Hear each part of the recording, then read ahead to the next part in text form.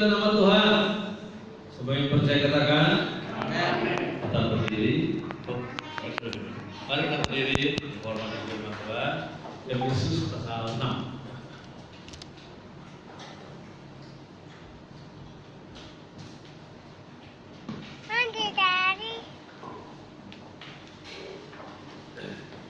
Ayat 10 dan 11.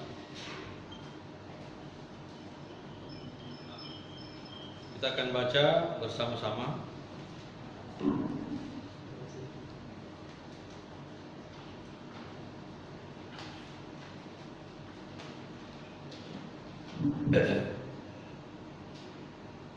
Perlengkapan rohani.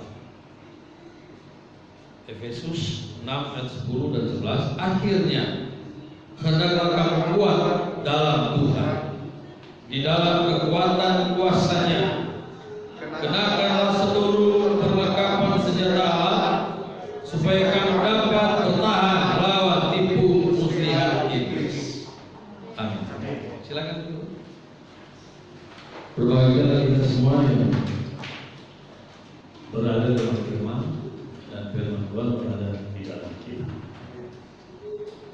Sekarang ini harus dipraktikkan. Firman Tuhan katakan bahwa tema kita hari ini adalah kuat dalam Tuhan Yesus Kristus. Sama-sama kuat dalam Tuhan Yesus Kristus. Hanya Yesus yang sanggup. Karena Yesus menjamin kita sehat, diberikan kekuatan. Kalau kita sakit, jawab bisa. Kalau kita mati, tidak bangkit sekarang, mati suri 2 jam atau 1 hari mungkin. Bisa sadar lagi. Saya banyak kali lihat baca di WA, sudah mati, sudah mau dikubur, sudah masuk ke peti mau ditutup, melek orang. Itu namanya mati suri, bukan bangkit. Ya. Tapi kita dikatakan kuat dalam Tuhan, karena kita sekarang menghadapi bukan hanya masalah virus, saudara, tapi masalah ekonomi, masalah saku kiri, masalah keuangan, masalah ekonomi, perdagangan kita, bisnis kita, itu semua kena dampak daripada situasi yang ada di bumi. Kita sangat bersyukur karena kita punya pemerintah bisa mengatur, walaupun kita terancam inflasi, terancam macam-macam, tapi kita yakin bahwa pemerintah dikasih hikmat. Doa kita kan berdoa. Semua keagama berdoa. Kita juga orang Kristen, Gereja Karagan Pentakosta, Pingsten Wiwihing, berdoa untuk negara kita. Karena kita lihat agak-agak stabil, itu ya, bukan stabil apa, tapi ya pasti kita kan, bangsa kita akan bisa melewati ini. Karena bangsa kita ini sudah banyak kali menghadapi penderitaan. Masalah. Sudah merdeka banyak lagi masalah. Terus menerus. Sampai sekarang juga ada masalah kacau. Tapi Tuhan katakan, hendaklah kita kuat dalam Tuhan Yesus Kristus.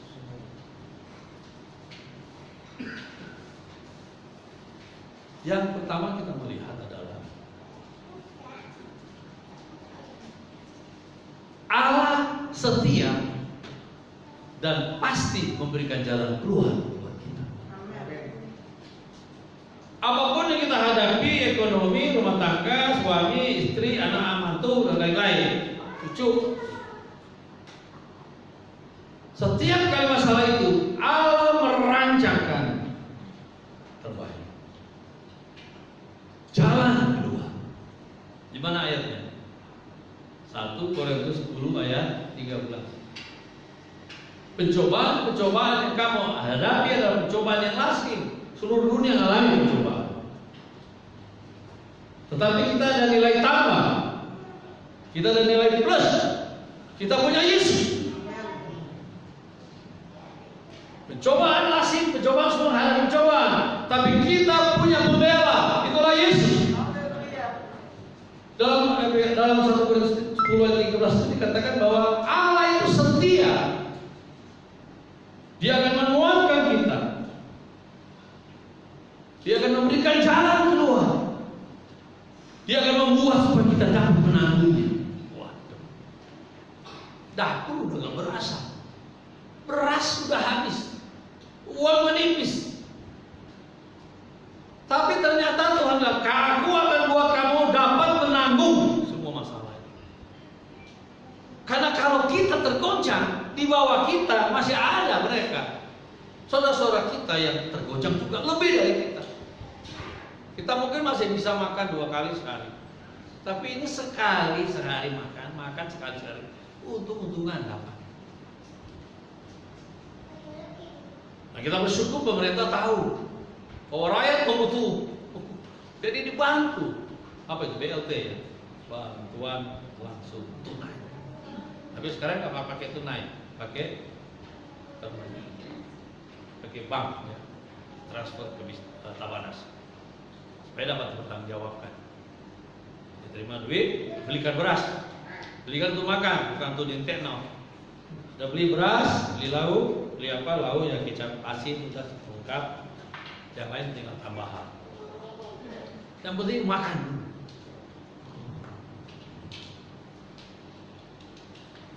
Kalau saya sama Ibu Grace ini, Ibu Bapak dan Ibu Gembala ini memang betul-betul dipelihara Tuhan dengan ajaib. Tiap hari ngalir. Loh, ini kok belum cabut kabarnya?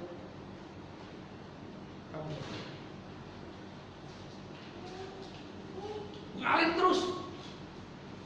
Nah, kita lagi renovasi gitu ya. Kemarin Ibu Grace mau bayar tukang. Kok dilihat kok ada lipat-lipat di bank ada uangnya banyak gitu, banyak.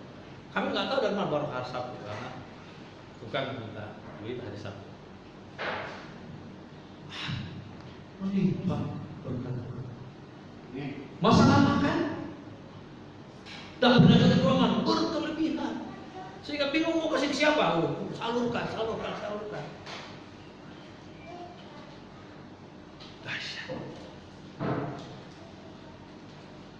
Itu sebabnya saya kasih kesempatan kepada Anda untuk bikin solar ini, suara gembala. Karena baru seminggu kami ngadakan, saya yang membuat tiap hari. Tiap hari itu makan berlimpah. Sampai sekarang nggak pernah putus. Nah, kalau Anda dikasih bikin dulu. Kami dibuatkan dan kami kan ucapkan selamat ya. Terima kasih. Nah, selalu saya cuma satu kata. Terima kasih atas firman Tuhan, suara gembala. Ibu. Sebut namanya. Karena kuasa firman, Anda khotbahkan firman, saya khotbahkan firman ini.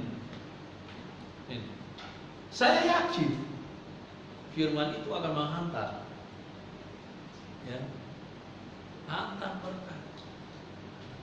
Allah ciptakan langit dan bumi cuma pakai firman. Jadilah langit dan bumi, jadi. Jadilah terang, langsung jadi firman. Bayangkan, usah dibayangkan. Yakinkan Alkitab yang Anda baca ini jaminan. Kejadian dimulai dengan ayat 1. Kejadian 1 ayat 1. Apa isinya? Pada mulanya Allah menciptakan langit dan bumi. Pada mulanya Allah menciptakan saya sebagai suami, sebagai Anda sebagai istri. Pada mulanya. Atau sudah pada mulanya Allah memberkati, Allah yang membuat rumah tangga, lembaga rumah tangga Anda. Anda yang buat, Anda yang bentuk, Allah yang bentuk. Maka sudah pasti Allah itu Tuhan Yesus itu pakar rumah tangga, pakar masalah keluarga. Itu Yesus jawaban. Tuhan habis beras. Soal Ibu Grace kalau kasih tahu saya, Bro John, kita mesti bayar listrik Tenang. Kamu bulan lalu kan cukupi Tuhan. Bulan ini cukupi Tuhan. Anda juga. Kalau Tuhan cukupi bulan lalu, bulan Agustus, ini September juga, pasti dicukupi. Yakin itu.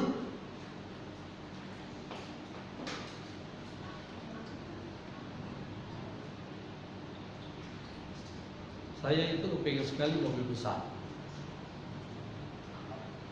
Ya, Fortuna. Macam-macam. Kalau ada satu yang tiga berlian tuh, Pajero,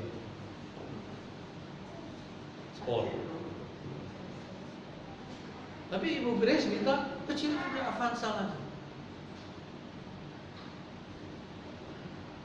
Saya hanya doa sama Tuhan. Tuhan, aku yang besar, istriku yang kecil. Tuhan kasih yang apa? Ya, sudah. Saya mau ucap syukur, gak besar.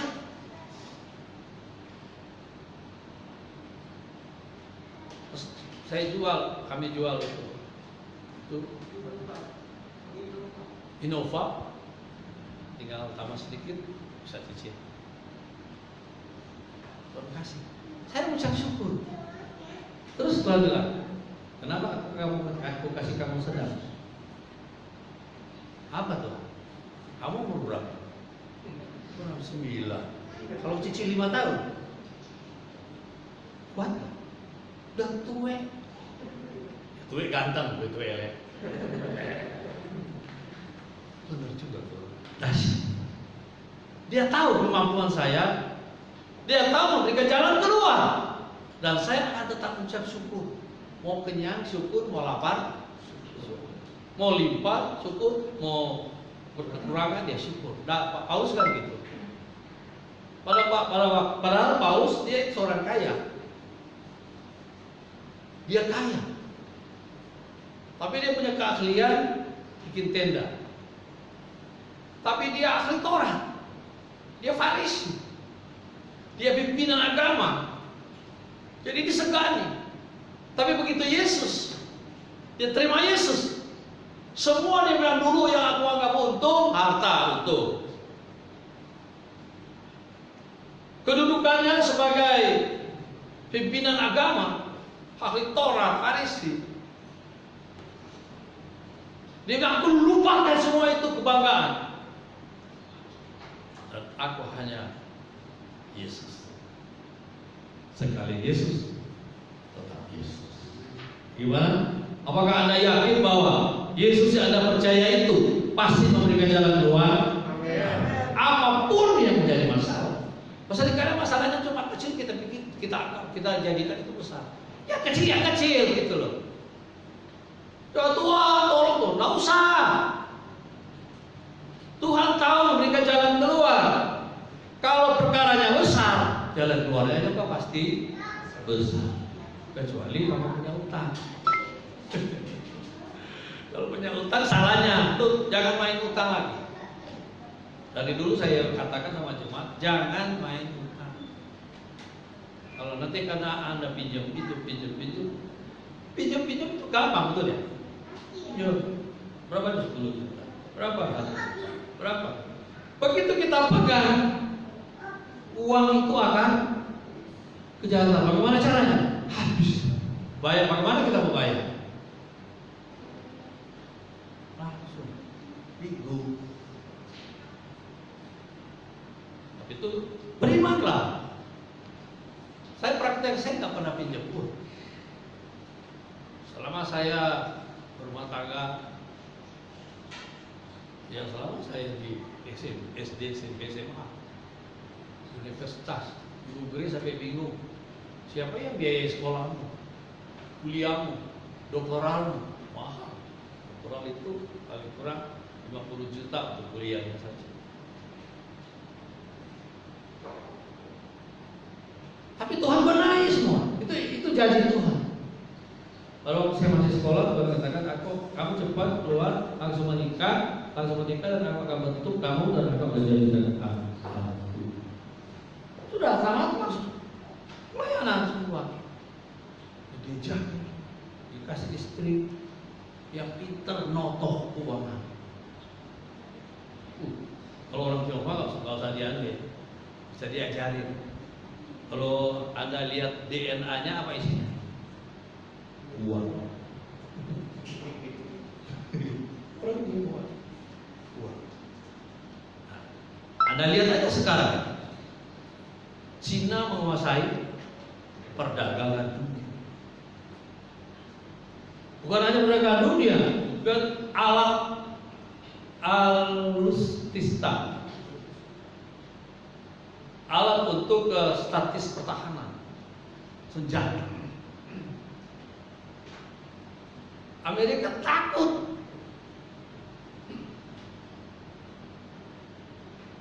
Coba mau diajak perang, memang Amerika masih kuat, ya. Jago, masih lebih jago lagi Israel. Kecil tapi paling takut di dunia. Diancam oleh satu negara bahwa kami punya senjata nuklir berkepala rudal yang jaraknya dari tempat dari negara itu ke Israel itu bahkan melebihi jarak. Jadi tinggal jatuhkan aja. Israel itu kecil. Karena Israel sudah punya senjata lebih daripada senjata pamungkas Amerika. Ya kalau nuklir tembak dong jatuh. Israel tidak bisa terbalik. Nuklir yang paling ditakuti. Nah kita juga orang Kristen paling ditakuti karena kita punya senjata. Pakailah selengkap senjata Allah. Apa itu? Firman Allah. Pedang. Firman Allah pedang bermata dua. Jadi bisa kiri kanan, setan, iblis, cobaan, masalah. Jadi kita harus punya keyakinan bahwa Allah itu memberikan jalan keluar. 1 Korintus 10 ayat 13. Yang kedua, praktikkan iman. Jadi kita bisa kuat kalau kita praktikkan iman. Iman itu dikasih Tuhan. Allah yang kasih iman kepada kita. Allah kasih iman supaya kita pakai iman itu untuk menyerang dunia ini, menyerang kuasa kegelapan, menyerang pencobaan, menyerang masalah. Itu dikasih iman. Pakai itu iman.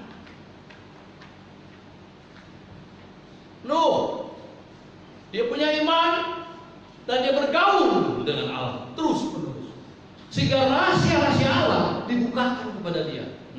Saya mau hukum dunia, tapi engkau saya tidak hukum karena engkau bergaul dengan aku. Aku selalu cari aku. Buat wastra supaya kamu punya keluarga, anak-anakmu dan mantu-mantumu selamat. Beriman.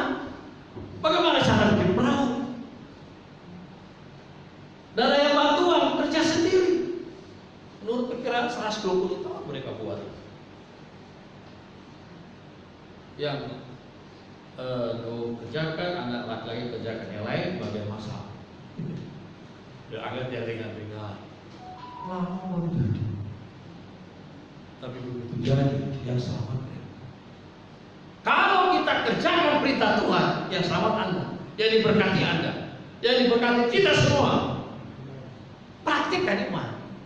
Abraham sama juga. Apa yang kurang dari Abraham?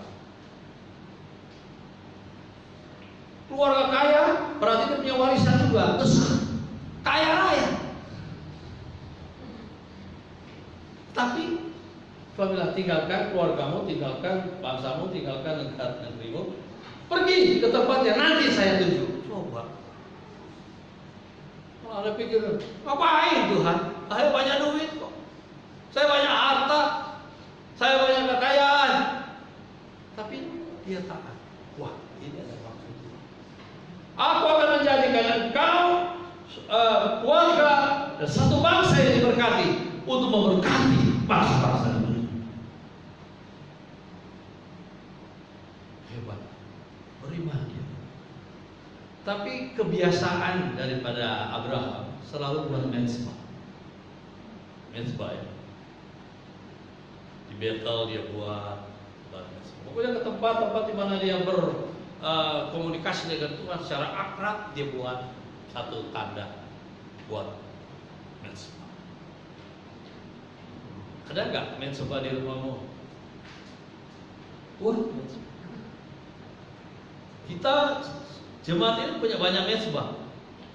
Ya, selain dari hari Minggu dan show, tapi ada mensbah dari kaum wanita, ada mensbah dari kaum muda, ada mensbah dari sekolah minggu, ada mensbah dari jemaat yang suara gembala yang Anda baca itu mensbah. Di rumah tangga di kami di sini, di gereja, pastori, tiap hari mensbah. Kalau kita buat mensbah, Allah hadir. Kalau Allah hadir bukan hanya hadir saja, menyelesaikan masalahmu. Kalau kita terus menerus buat mensbah, altar keluarga, family altar, kita adakan itu, Anda akan lihat berkat Tuhan itu tidak pernah putus. Ibu gereja seringkali terharu. Seringkali kami makan berkat Tuhan itu, kan itu ajaib. Tuhan berkati jemaat-jemaat, dan juga mereka berkelimpahan. Anda tahu kenapa kami berkelimpahan di masa paceklik? Karena itu janji Tuhan. Tapi sekarang ini adalah masa panen kami, gembala jemaat.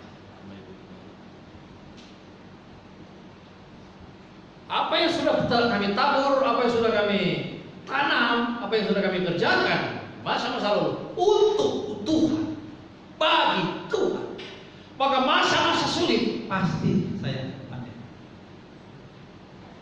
Ada hujan awal, ada hujan akhir. Jadi artinya berkat Tuhan dari awal sampai akhir tak pernah putus. Jadi sebabnya kesempatan kita hidup ini banyak berbuat untuk Tuhan, banyak berbuat untuk sesama. Karena kita buat sesama, kita bagi. Anda selalu dengar kan, kalau Anda kasih uang, Anda kasih makanan pada orang yang terima, dia bilang apa? Ya. Nah, mugi-mugi selamat. Coba.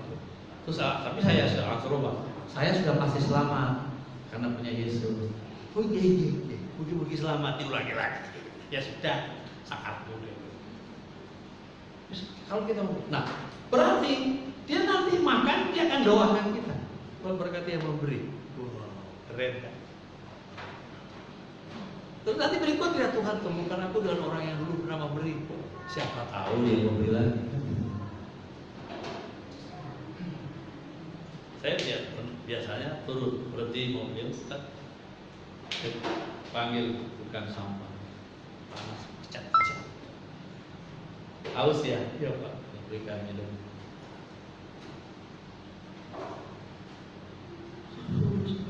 Sampai matur-matur kita turun. Nah, pada masa paceklik, panen Anda. Pasti panen. Kalau di negara-negara seperti Amerika, Belanda gitu kan orang-orang miskin dijamin. Jamin. Miskin, ada dapur umum, ada juga uang saku. Ya, mabuk keler-keler, kasih makan. Satu ketika kalau Indonesia sudah mulai jaya, udah nggak ada, semua ditanggung. Ini aja dikasih tanggungnya 600.000 itu. Tapi yang pegawai apa? Yang 2 juta lebih, paling kurang 2 juta. Kasih. Orang saya pikir, wah kalau jaya, misalnya di dunia ini tidak mengalami virus ini, kita punya keuangan Indonesia tinggi banget. 51% dari freeport Anda udah cukup. Karena kalau untuk menjamin seluruh Indonesia kasih makan semua sejumlah 270 juta itu, Setiap bulan 150 miliar. Mungkin sekarang udah naik ya 200 miliar. Semua kenyang tiap hari. Ya, dijamin kemarin. Nah kalau emas itu kan berapa kilo? Saya dengar berapa kilo? 350 kilo per tahun emas. Gede nih. Terus belum lagi perusahaan-perusahaan yang muncul, perusahaan-perusahaan hilir. Jadi nanti minyak kita gali, kita sedot, minyak mentah kita yang proses dan kita yang jual. Kaya raya. Indonesia ini kaya raya. Tapi itu Pak Presiden bilang, kita biasanya hanya impor minyak. Kita itu di bawah tanah Indonesia itu penuh dengan minyak mentah, penuh dengan gas, LNG, penuh. Terus disedot, dijual keluar, kemudian kita ambil yang belinya ya sudah diproses. Kesana. Nah, sekarang kita mulai hilir, kita yang semua, ya, kita yang produksi, kita yang gali, kita yang proses, kita yang produk, kita yang jual. Nah itu sebabnya pada waktu Cina mau buka di Kendari ya, itu kan nikel itu ya, itu perak, nikel ya. Kaya Indonesia. Bukan hanya di Kendari aja, banyak tempat. Oke deh, kita tinggalkan itu. Kita berdoa supaya virus rantainya putus. Dan kita katanya Pak Presiden berhidup damai dengan virus. Ya. Kita jalan ya, tapi kita harus pakai jarak. Ya, kita berdoa sampai semua rakyat Indonesia, masyarakat Indonesia praktekkan protokol kesehatan. Daud dia praktekkan iman. Ada di Goliat. Wow. Allah hanya Allah yang bisa meruntuhkan, merobohkan kamu. Tapi dia pakai aku. Daud yang mencintai Tuhan, yang beriman. Batu kecil kita. Siapa yang bawa batunya ke tempat kematiannya? Allah bawa batu itu kan lepas tangan. Itu kan pakai besi, pakai tembaga, ya, pakai alat keras. Di antara itu kan ada masuk tangan. Apakah Anda punya iman seperti itu bahwa Allah yang kita percaya, Yesus yang kita percaya, maka sanggup memberikan Anda kemenangan, jalan keluar? Jawab. Beri kemuliaan. Iman itu bisa pindahkan gunung. Pindahkan gunung dari darat ke laut. Tapi bisa pindahkan berkat surgawi, berkat Allah, berkat yang kita butuhkan tercurah atas kita. Amin. Itu praktekkan. Tuhan tidak bisa buat. Ya sudah percaya. Apa itu percaya? Pasrah. Apa itu iman? Pasrah kepada Tuhan. Udah guys. Suka-sukanya Tuhan. Suka-sukamu Tuhan. Suka-sukamu Tuhan. Suka-sukamu Tuhan. Kalau nggak makan karena dapat tidak merasa nggak ada beras, suka-sukamu Tuhan. Sekarang Tuhan, aku pasrah, aku hadapi, aku terima. Orang yang seperti ini cepat sekali berkat turun. Amin. Bapak, mari kita kuat dalam Tuhan. Dan terakhir, kita kuat karena tubuh dan darah Kristus.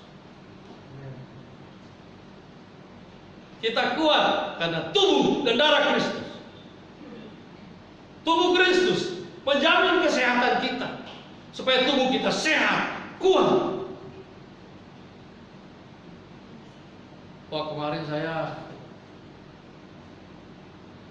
kena cobaan, gitu ya. Saya bangun, sini susah. Ini kayak ditarik ke dalam air. Terus Anda tahu rasanya gimana? Jangan kasih nama. Nah coba, kalau sakit sinter, apa itu? Anda bisa jawab kan? Jantung. Saya tidak bilang itu jantung. Hebat nggak? Tapi saya sudah keringat dingin. Saya kasih tahu Ibu Grace. Karena Ibu Grace bilang, jangan sakit Pak, dan jangan mati. Loh kok saya mati apa? Ya saya lihat dia beri ke tembok, dia hantam ke tembok kepalanya, kabur. Waktu kalau aku nggak sakit, aku nggak mati. Buka Google ya.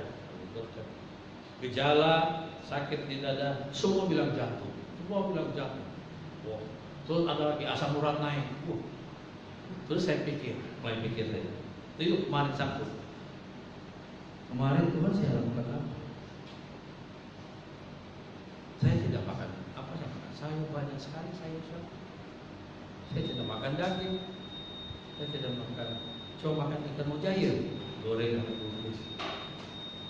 Apa goreng? Saya tidak. Saya tidak mau kasih nama.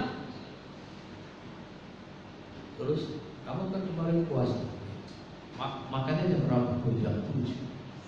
Terus kalau nggak makan sepanjang hari apa yang terjadi? Saya ngomong sama Tuhan. Dia masuk angin. Itu gara-gara angin. Wah.